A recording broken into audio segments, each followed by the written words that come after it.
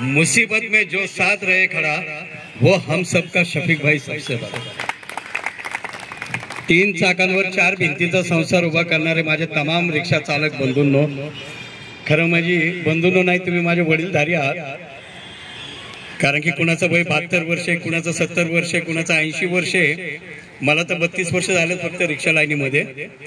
पण आज तुम्हा लोकांना बघून खरं असं वाटतं की माझे पूर्वज आलेत की काय, कारण तुमच्याकडे बघून मला खूप अभिमान वाटतो।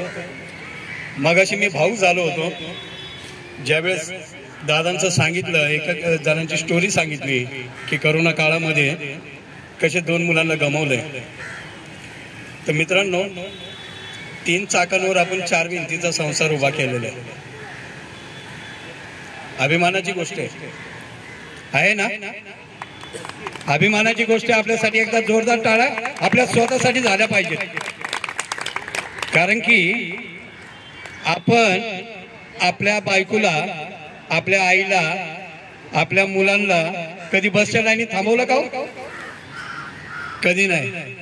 त्यांना शाळेला, कॉलेजला, बायकोला माहेराला आपणच घेऊन जातो ना, बरोबर आहे का नाही?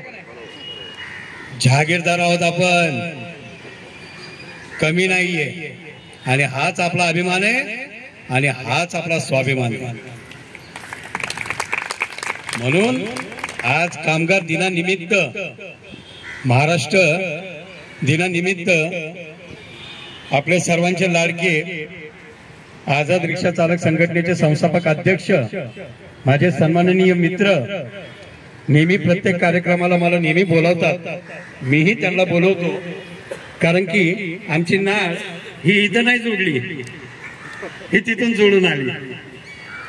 कारण की ते ज्या संघटनेचे ते अध्यक्ष होते, मी त्यांचा पूर्वी अध्यक्ष होतो, नंतर मी जिल्हाध्यक्ष होतो। करो ना, हाँ करो ना।